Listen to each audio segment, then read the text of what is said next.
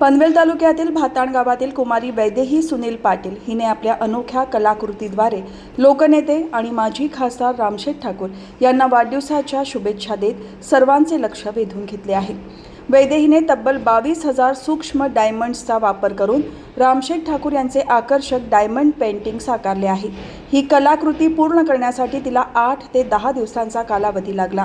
प्रत्येक डायमंड अत्यंत बारकाईने आणि संयमाने चिटकवत तिने ही देखणी फोटो फ्रेम तयार केली आहे। या अनोख्या भेटीमुळे रामशेठ ठाकूर भारावून गेले। त्यांनी वैदेहीच्या मेहनतीचे, जिद्दीचे आणि कलागुणांचे मनापासून कौतुक केले।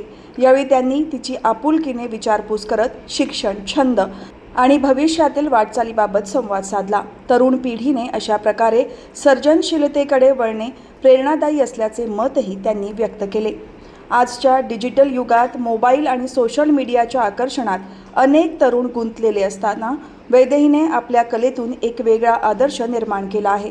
तिच्या या कलाकृतीतून रामशेठ ठाकूर यांच्याबद्दलचा आदर, प्रेम आणि कृतज्ञतेची भावना व्यक्त झाली आहे।